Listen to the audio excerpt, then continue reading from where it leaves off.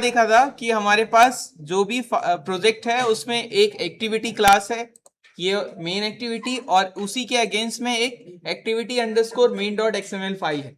Main dot XML file it means it's your design window. Design window में हमने दो चीजें रखी थी, एक क्या है इसमें टेक्स्ट व्यू और एक बटन। इस टेक्स्ट व्यू का नाम क्या है कैसे देखते हैं, ये एट्रीब्यूट्स को क्लिक करो, यहां जो ऊपर शो हो रहा है आईडी में दैट इज इट्स नेम, जिसके थ्रू हम इसको क्लास फाइल में कॉल कर पाएंगे। बटन का क्या नाम है, तो इसका नाम है सिंपल बटन लिखा हुआ है। अब इन दोनों चीजों को अगर इस क्लास फाइल में एक्सेस करना है तो इसके लिए हम लोग को क्या चाहिए, जिस टाइप का वो विजिट है उस टाइप के क्लास का एक ऑब्जेक्ट चाहिए। तो देखो हमने क्या किया, टेक्स्ट व्यू के लिए एक ऑब्जेक्ट बनाया tvmsg, बटन के लिए एक ऑब्जेक्ट बना दिया बटन क्लिक। इन दोनों को इनिशियलाइज करना है, इनिशियलाइज इन द सेंस हमको लिंक करना है उस डिजाइन वाले मॉड्यूल के साथ। तो डिजाइन वाले मॉड्यूल से लिंक करने के लिए एक फंक्शन है जिसका नाम क्या है, फाइंड व्यू बाय आईडी, और आर एक मास्टर क्लास है जिसके पास सारे विजिट्स की, सारे मेनूज की जानकारी होती है। इसको हम लोग कैसे यूज करते हैं, R dot I D dot real ID of that XML, जो अभी हमने देखा था एक्सएमएल फाइल में, यहाँ पे जो इसकी रियल आईडीज है, जैसे इसकी रियल आईडीज क्या है, टीवी ऑफ एमएसजी, यही आईडी हम लोग यहाँ यूज करते हैं आर डॉट आई डी में। बटन को यूज करना है तो देखो बटन का क्या है, R dot I D dot button, यहां दिखो ये बटन को जैसे ही क्लिक किया इसका आईडी क्या है, बटन। तो ये इस लाइन ऑफ जो स्टेटमेंट है इन दोनों से क्या होगा, ये tvmsg और बटन क्लिक एक्चुअली ये पॉइंट्स करने लग जाएंगे तुम्हारे डिजाइन वाले ऑब्जेक्ट्स को। अब इसमें हमने एक और चीज देखा था कि अगर मुझे इस टेक्स्ट व्यू के अंदर कोई चीज सेट करनी है तो मैं क्या कर सकता हूं इसमें, ये देखो tvmsg डॉट एक मेथड है मेरे पास, क्या है, सेट टेक्स्ट, और यहां पे हम कोई भी स्ट्रिंग पास कर सकते हैं जिसको भी हमको उसमें नया वैल्यूज जो असाइन करना है। इसीलिए जब भी हम उस कोड को रन कर रहे थे कल, हमारा रनिंग विंडो कहां है, ये देखो ये अभी इंडिया है, और जैसे ही हम इस बटन को क्लिक कर रहे हैं तो बटन के क्लिक पे हमने क्या मैसेज सेट कर रखा है, इंडियन नेवी, इसलिए वो ऐसे ही काम कर रहा है। एक और इंपॉर्टेंट चीज थी जो कल हम लोगों ने देखा था, वो ये है कि बटन का अगर क्लिक इवेंट हैंडल करना है तो एक प्री डिफाइंड फंक्शन है इस बटन के साथ, उसको हम लोग ऑब्जेक्ट डॉट फंक्शन यूज करते हैं सब में। देखो कैसे यूज करते हैं हम लोग, जो भी ऑब्जेक्ट है, ऑब्जेक्ट का नाम क्या है, बटन क्लिक, किस टाइप का ऑब्जेक्ट है ये, बटन टाइप का।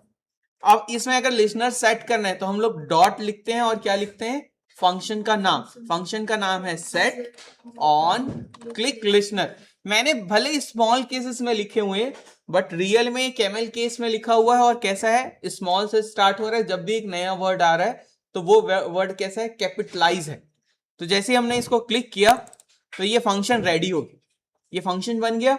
इसमें भी मैंने कल तुम लोग को बताया था, अगर हमको इसका ऑन क्लिक फंक्शन को ओवरराइट करना है, जब भी उस बटन को कोई इंटेंशनली क्लिक करे तो उसमें जो एक्शन परफॉर्म करना है वो हमको करना। तो हमने क्या किया, ऑन क्लिक लिसनर में देखो ये एक ऑप्शन आ रहा है ऑटोमेटिकली, सजेशन है, इसको क्लिक कर लो।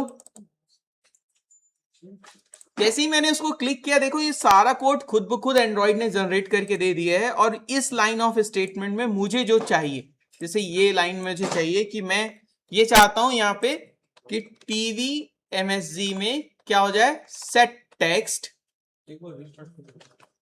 और सेट टेक्स्ट में भी मुझे जो टेक्स्ट चाहिए, तो मैंने इंडियन नेवी लिखा था, इस बार इंडियन आर्मी लिख देता है, ठीक है। हाँ ये जरूर है, एक ही बटन को दो बार इस तरीके से सेम स्कोप में ओवरराइट नहीं कर सकते, तो पुराने वाले कोड को हम लोग कमेंट्स कर देते हैं। तो ये सिमिलर कोड ही है जो हमने जनरेट किया है, और जब भी हम कोड चेंजेस करें तो इसको चेक करना है तो रीरन।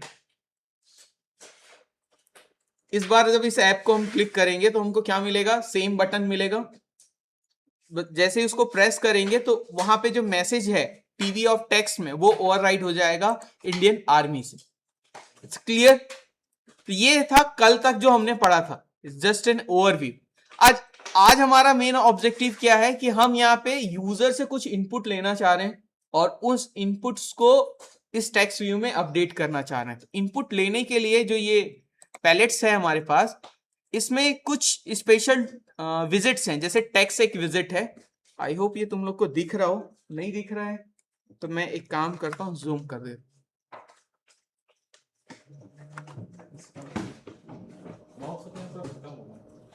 देखो ये टेक्स्ट है और टेक्स्ट के अंदर हम लोग गए प्लेन टेक्स्ट। मुझे एक यूजर से सिंपली एक टेक्स्ट लेना है और मैं चाहता हूं हर बार जो यूजर यहां टाइप करे वही मैसेज मुझे मिल जाए। तो मैंने क्या किया, पैलेट्स को क्लिक किया लेफ्ट साइड मेनू से, ये पैलेट्स खुल गया है। देखो मैं इसको बंद करके दिखा रहा हूं। उसमें भी मल्टीपल सेक्शन है, कुछ कॉमन सेक्शंस हैं, कुछ particular text, button, visits, layouts ऐसे हैं। उसमें से मैंने टेक्स्ट को सेलेक्ट किया और टेक्स्ट में से प्लेन टेक्स्ट और उसको सिंपली उठा के ड्रैग एंड ड्रॉप कर दी। अब मुझे क्या चाहिए, इसका अलाइनमेंट सेट करना है क्योंकि हम लोग कौन से व्यू को यूज कर रहे हैं, कंस्ट्रेंट व्यू। तो उसमें हमको लेफ्ट और टॉप एटलीस्ट दो कनेक्ट करने होंगे, चाहे तुम राइट और टॉप कर लो, बॉटम और एटलीस्ट दो डायरेक्शन से वो कनेक्टेड होने चाहिए, जिसमें से एक ऊपर या नीचे में से, टॉप और बॉटम में से, और एक लेफ्ट और राइट में से होना चाहिए। तो इट्स बेटर कि हम इसको सीधा यहीं से अलाइन कर लें, वर्टिकल अलाइन विथ तो ये इंडिया जो मैसेज है ना उसके बीच, ये इन दोनों के बीच वर्टिकल अलाइन हो गया। और हॉरिजॉन्टल के लिए हम लोग क्या करेंगे, पेरेंट से कर लेते हैं। अब क्या है, इसका हमको कोई नाम देना है। नाम मीन्स इस आईडी, देखो डिफॉल्ट कोई आईडी है इसकी, हाँ कुछ तो दिखा रहा है एडिट टेक्स्ट। मैं इसको चेंज करने जा रहा हूं, ईटी ऑफ इनपुट लेना है मुझे, ईटी इनपुट लिख देते हैं और ये इसकी आईडी हो गई। रिफैक्टर करने बोल रहा है, मैंने इसको रिफैक्टर कर दिया है। डिफॉल्ट इसमें नेम लिख के आ रहा है, तो ये किस वजह से आ रहा है, इसके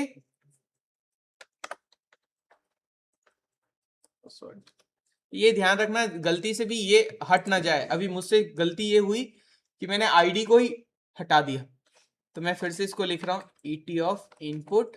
और सर्च कहां करना था मुझे, ऊपर यहां पे, तो मैं यहां सर्च करता हूं टेक्स्ट। देखो इसके टेक्स्ट में क्या लिख के आ रहा है, नेम। और नेम लिख के आ रहा है, इट मींस यूजर जब टाइप करेगा तो उसको नेम को पहले डिलीट करना पड़ेगा फिर वो लिख पाएगा। तो ये भी एक अच्छा सेंस नहीं है हर बार। अच्छा मैं एक बार रन करके दिखा देता हूं तो जो मैं बोल रहा हूं वो शायद क्लियर हो जाए। जो लोग लैपटॉप लाते हैं अपने साथ माउस रिप्लेस ना करें, यहाँ का माउस नहीं लग रहा है। देखो यहाँ पे यूजर अगर कुछ टाइप करना चाह रहा है एडिट टेक्स्ट में, तो टेक्स्ट जो ऑलरेडी लिखा हुआ है, अगर मान लो मुझे यहाँ पे कुछ अपना नाम टाइप करना है, देखो ये कीबोर्ड भी आ रहा है, दोनों स्टाइल्स हैं।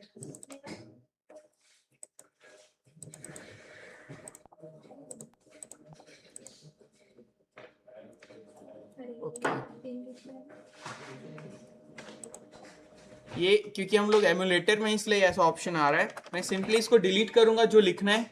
अब मैं ये टाइप करूंगा, तो कभी भी तुम ये नहीं चाहोगे कि यूजर को इस तरीके से रिमूव करना पड़े। होना क्या चाहिए था, जैसे यूजर अपना कर्सर क्लिक किया, जो लिखा हुआ मैसेज था वो इरेज हो जाना चाहिए। तो ये हम करने वाले हैं अभी कि ऐसा कैसे करें। अदरवाइज हर बार क्या होगा, यूजर जब भी ओपन करेगा तो उसको ये इरेज करना हो। तो पहले तो हम टेक्स्ट को हटा दे रहे हैं यहां से, और यहां पे एक ऑप्शन होगा हिंट। देखो एक हिंट लिखा हुआ है। अब यूजर्स को जो भी तुमको टाइप कराना है, सपोज एंटर योर नेम ऐसा तुमको चाहिए, तो तुम यहाँ पे एंटर योर नेम ये ऐसा लिख सकते हो। तो हिंट में लिखेंगे हम लोग। इससे फायदा क्या होगा, ये सेम तुम्हारे HTML में एक ऑप्शन था ना ऐसा ही हिंट, क्या नाम है उसका, प्लेस होल्डर। तो ये तुम्हारे HTML का प्लेस होल्डर की तरह बिहेव करने लगे। अब चेक करें इसको एक बार रन करके, ये फिर से रीरन कर दिया है हमने। देखो इस बार लिख के आया है इंटर योर नेम, बट इस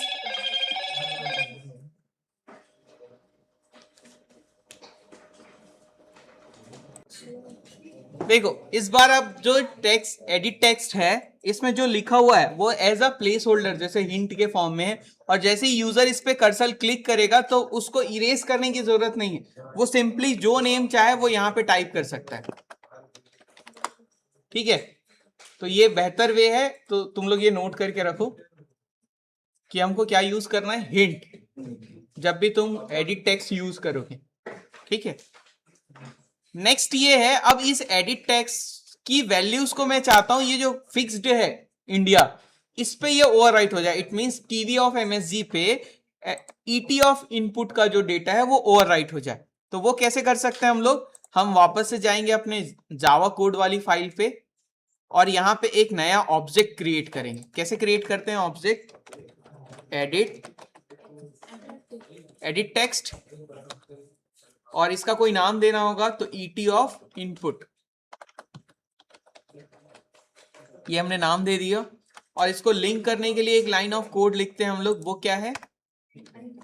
ईटी ऑफ इनपुट मतलब तुम्हारा object is equals to find view by ID R dot ID dot, वो आईडी जो तुमने एक्सएमएल फाइल में दे रखी। तो एक्सएमएल फाइल में मैंने दोनों ही जगह सेम नाम यूज करने वाला पैटर्न शुरू कर दिया है ताकि याद करने में डिफिकल्टीज ना हो।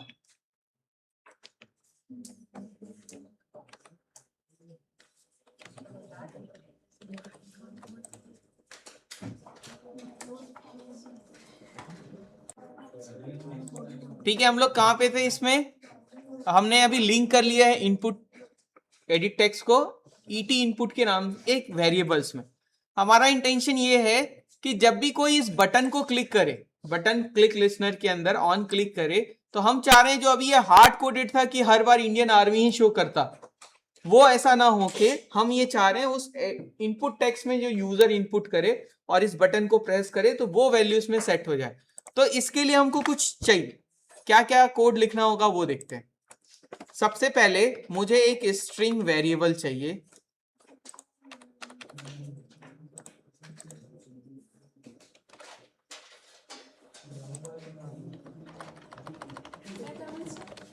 हाँ,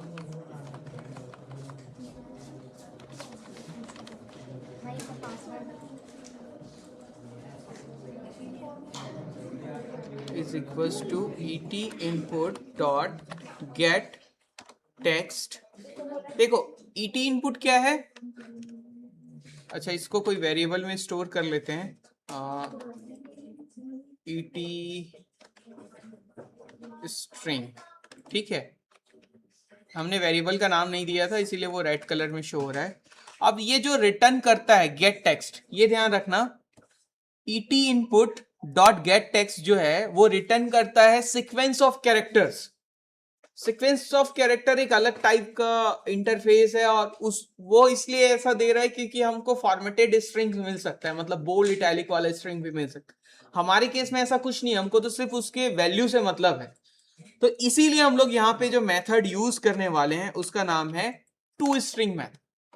टू स्ट्रिंग क्या करेगा? जो भी इनपुट तुम टाइप किए हो उसको स्ट्रिंग के फॉर्म में कन्वर्ट करेगा, और मेरा जो स्ट्रिंग होल्डर है वो कैसा है? स्ट्रिंग टाइप का है जिसमें ये डेटा स्टोर होना है। तो मैं सिंपली क्या लिख रहा हूं? ईटी इनपुट मतलब वो एडिट टेक्स्ट से वो टेक्स्ट लेकर के आओ और उसको स्ट्रिंग में कन्वर्ट करके मुझे इस वेरिएबल में स्टोर करके दे दो। ठीक है, तो ये इस वेरिएबल में स्टोर हो गया। अब हमको क्या करना है? ये काम एक्चुअली ये सिर्फ फर्स्ट टाइम के लिए नहीं चाहिए, कब कब चाहिए? जब भी कोई यूजर बटन को क्लिक करे। तो ये लाइन ऑफ कोड कहां होना चाहिए? ऑन क्लिक के अंदर। जब भी यूजर इसको क्लिक करे तो एडिट टेक्स्ट में से वो टेक्स्ट को गेट करे और उसको एक वेरिएबल में लेके स्टोर कर दे। अब इस वेरिएबल्स की वैल्यूज को हम चाहते हैं कि टीवी ऑफ एमएसजी में डिस्प्ले किया जाए। तो चलो ठीक है, अब कर देते हैं। सिंपली क्या करना है हमको?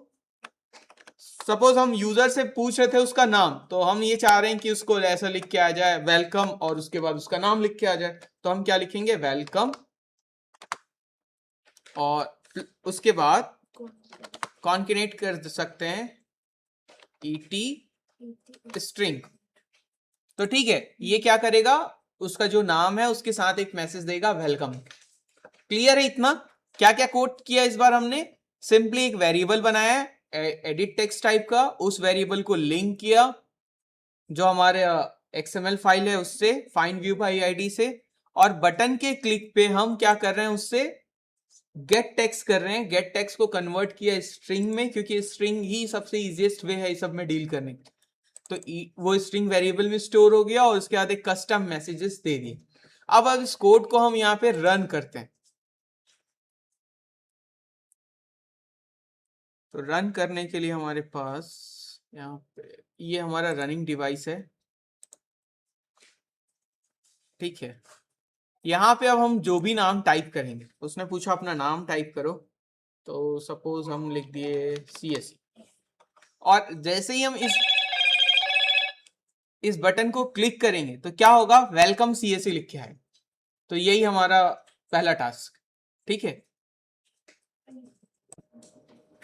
यहीं पे अगर तुमको ये कॉन्सेप्ट देखना है कि हम न्यूमेरिकल डेटा टाइप के साथ कैसे डील करेंगे, तो मेन थिंग ये है कि हमारे पास डेटा इंटीजर के मतलब सॉरी स्ट्रिंग के फॉर्म में है, और अगर मुझे इंटीजर में चाहिए तो मैं सिंपली क्या लिखता हूँ, इंटीजर, और मुझे जो वेरिएबल में स्टोर करना है, तो सपोज ए नाम के वेरिएबल में स्टोर करना है, तो ये स्ट्रिंग को मैं सीधा ऐसा नहीं लिख सकता ET of STR, it gives you error. क्यों? क्योंकि ये बोल रहा है कि इसको चाहिए इंटीजर और आप क्या दे रहे हो, string, which is not good. तो इसको कन्वर्ट करने के लिए ही रैपर क्लासेस हैं जावा में, जैसे इंटीजर एक रैपर क्लास है इंटीजर के लिए, इसके पास बहुत सारे मेथड हैं, उनमें से एक मेथड देखो गौर से, ये जो हिंट्स है ना, इसको पढ़ने की कोशिश करो। हिंट्स में बहुत अच्छे से दिया है कि हम क्या क्या इसमें दे सकते हैं, इवन कैरेक्टर सीक्वेंस भी दे सकते हैं, मतलब यहाँ पे डायरेक्टली भी दिया जा सकता है विदाउट टू स्ट्रिंग, और एक चाहे तो हम डायरेक्ट स्ट्रिंग भी दे सकते हैं। तो ये देखो पहला वाला मेथड हम यूज करना है, ये सारे क्या है, फंक्शन ओवरलोडेड है, डिफरेंट आर्ग्यूमेंट से नेम सेम है। तो ये पार्स इंट एक फंक्शन है और इसके अंदर हम स्ट्रिंग पास कर सकते हैं। तो देखो मैंने ये स्ट्रिंग पास कर दिया, तो सपोज तुम ये चाहते हो कि जो नंबर है उसका स्क्वायर यूजर्स को दिखाई दे और कस्टम फॉर्म में, तो हम यहाँ पे एक ऐसा मैसेज लिख सकते हैं,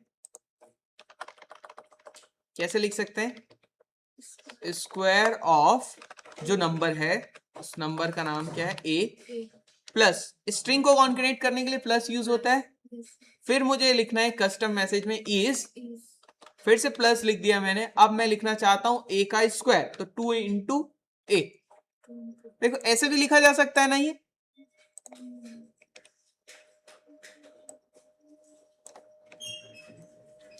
दिखाई दिया। क्या किया मैंने, ये स्ट्रिंग है और प्लस करके मैंने बीच में, मुझे एक वेरिएबल की वैल्यू चाहिए थी, वेरिएबल क्या है जो यूजर ने दिया है, और उसके बाद क्या चाहिए था, उसका स्क्वायर, तो इंटू 2A ऐसा लिख दिया, बीच में एक और मैसेज दिया है मैंने इंट इज, ठीक है। अब वहां पे मुझे एक और चेंजेस करना होगा, इंटर योर नेम की जगह मुझे क्या चाहिए, नंबर। तो दो तरीका, या तो मैं हिंट में जाके सुधार लूं या फिर मैं यहां से जाके XML में चेंज कर लूं, इंटर एनी नंबर, और जो जहां पे इंडिया लिख के आ रहा है जो मुझे, वो उसकी जगह मैं रिजल्ट लिख दूं,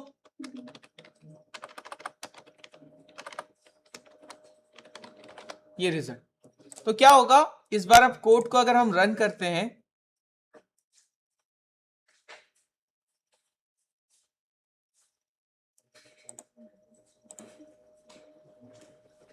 ये हमारा प्रोग्राम है,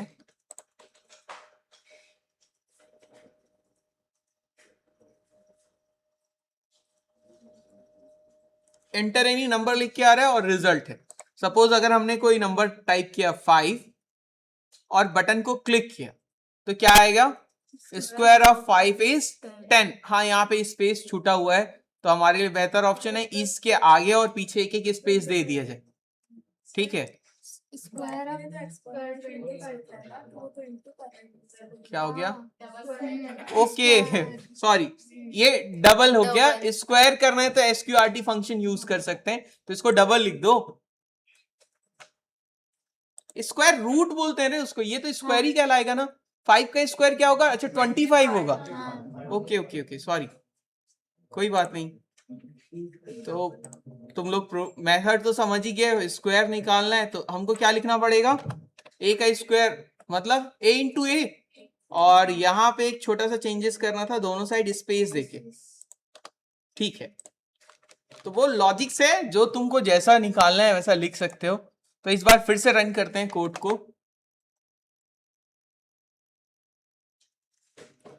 और हम लोग क्या करेंगे इस बार,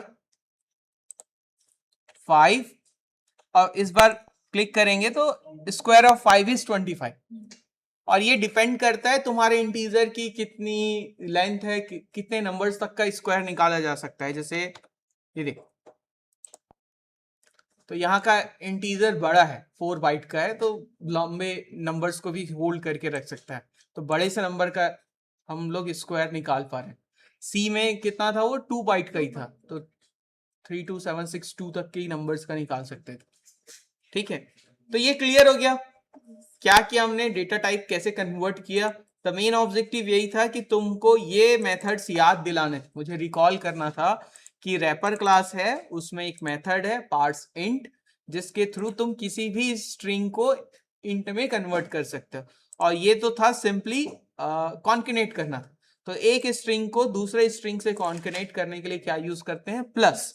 हालांकि हमने यहाँ स्ट्रिंग के साथ एक इंटीजर को जोड़ा है, तो जब भी स्ट्रिंग और इंटीजर को कॉन्केनेट करते हैं तो हमेशा रिजल्ट क्या आता है, स्ट्रिंग। ये याद है, स्ट्रिंग के साथ किसी भी चीज को कॉन्केनेट करेंगे तो हमेशा स्ट्रिंग ही मिलेगा, और इस फंक्शन को क्या चाहिए, एट द एंड स्ट्रिंग ही चाहिए। तो ये हमने इसमें अचीव किया ओवरऑल। इसके अलावा तुम सबका एक क्वेश्चन ये भी था कि हम अपने इस प्रोग्राम को संभाल के कैसे रखें। हर बार हम चाहते हैं कि ये वाला कोड रहे और दूसरा कोड भी बनाना है। तो आज तुम लोग को एक नई चीज और सिखाते हैं यहाँ से, वो ये है कि कैसे तुम एक और एक्टिविटीज बना सकते हो। अगर जब मैंने एक्टिविटी के बारे में बताया था तो ये बोला था जैसे तुम्हारे वेब पेज में बहुत सारे पेजेस होते हैं और तुम उन पेजेस में अलग अलग कोड करते हो, और हाइपर लिंक्स होते हैं, उनको क्लिक करके उन पेजेस में मूव करते हो। ठीक वैसे ही यहाँ पे भी बहुत सारे पेजेस हो सकते हैं। और वो कैसे काम करेगा, तो देखो यहाँ लेफ्ट साइड में जाओ, ये है तुम्हारा प्रोजेक्ट विंडो।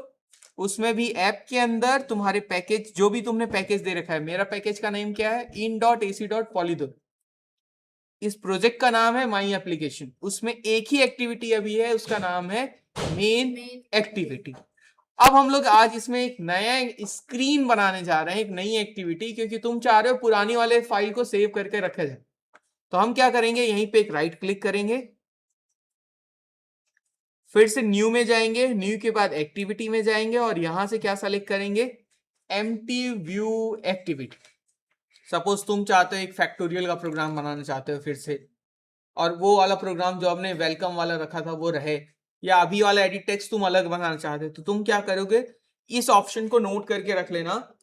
पैकेज में फोल्डर में मेरा कर्सर कहां पे है, देखो यहाँ पे इस फोल्डर पे है, ये जो पैकेज वाला फोल्डर है उस पे मैंने राइट क्लिक किया है, न्यू में गया हूं, और न्यू के बाद एक्टिविटीज के अंदर एम्प्टी व्यू एक्टिविटी। ये याद रहेगा सबको, या अदरवाइज नोट करके रख लेना, ठीक है।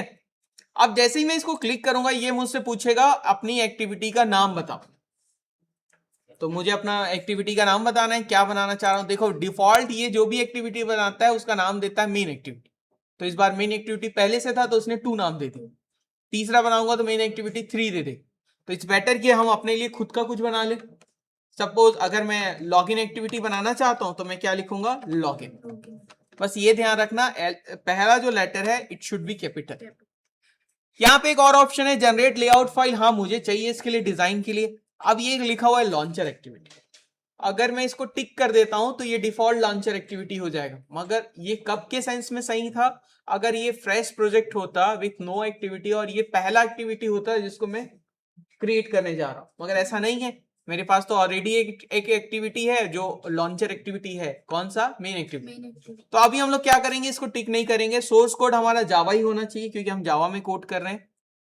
और नीचे जाके हमने फिनिश को क्लिक कर दिया।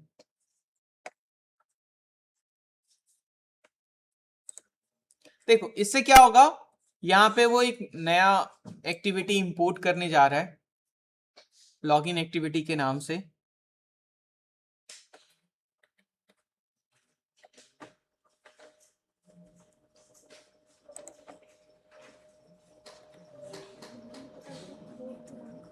अब कल जो हमने देखा था कि हमको ये सारे कोड्स की जरूरत नहीं है, ये हमने चेक किया था ना, एज वाले कोड्स की जरूरत नहीं है अभी।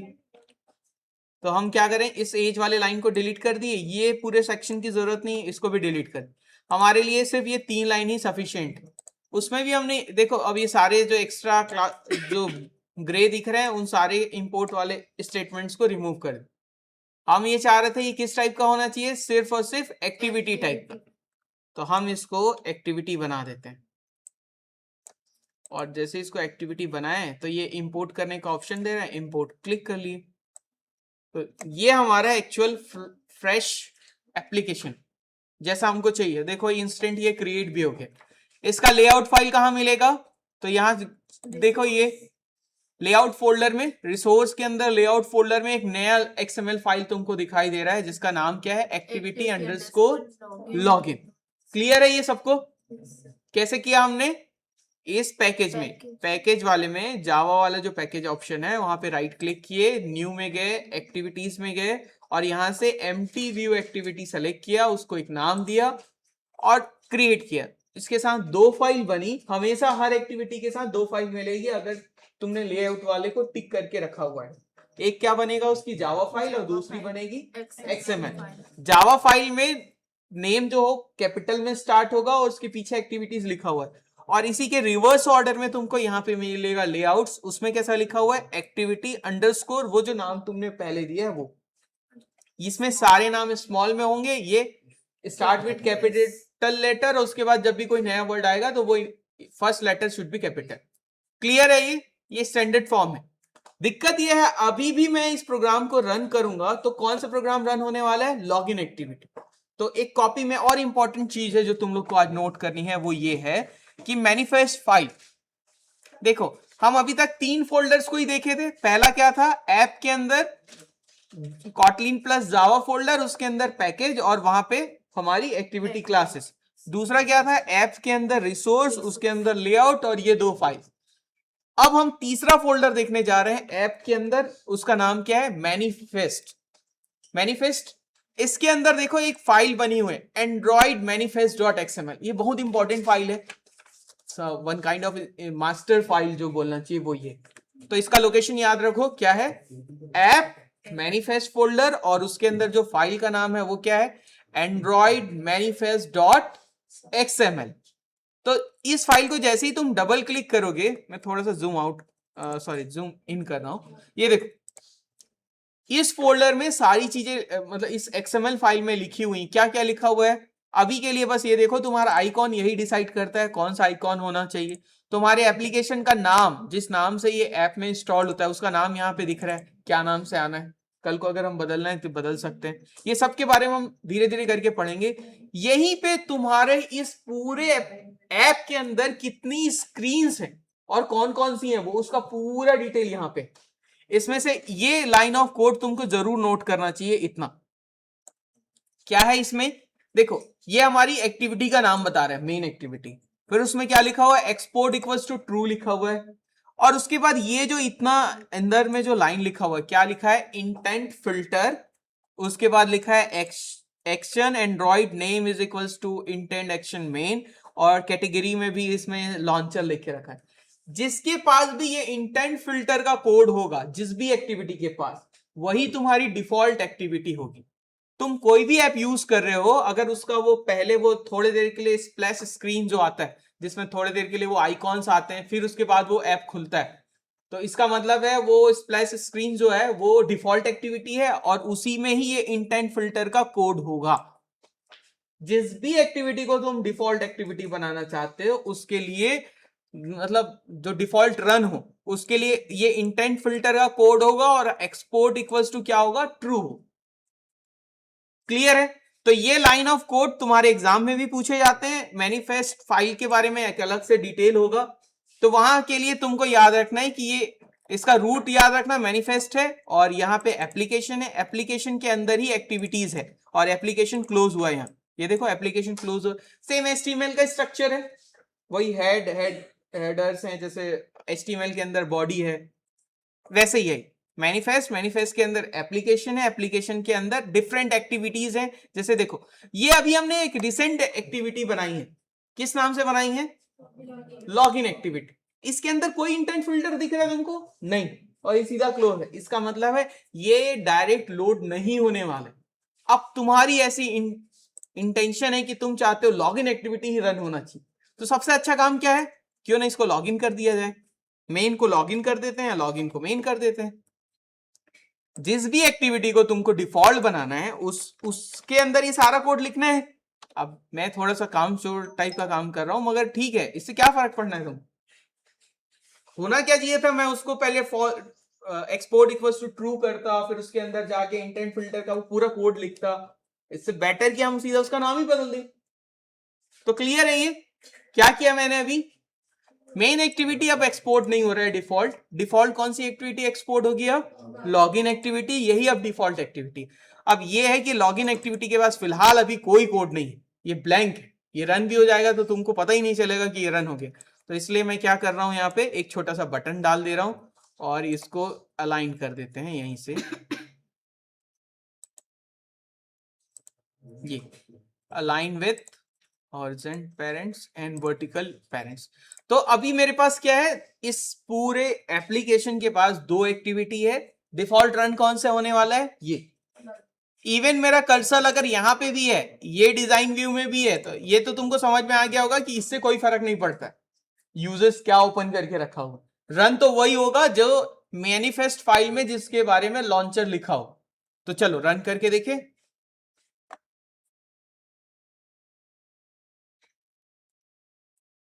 यहां से ये राइट साइड में रनिंग डिवाइस है। अब ये पुराना कोड है, ये लॉन्च होगा तो वो हटेगा और नया कोड इसमें आ जाएगा। ये वो नेम था जो माई एप्लीकेशन लिख के आ रहा है। सिंपली क्या आने वाला है, एक बटन। क्लियर हो गया कैसे कोड्स को सेव करना है? इट मींस तुम्हारी क्वेरी सॉल्व हो गई।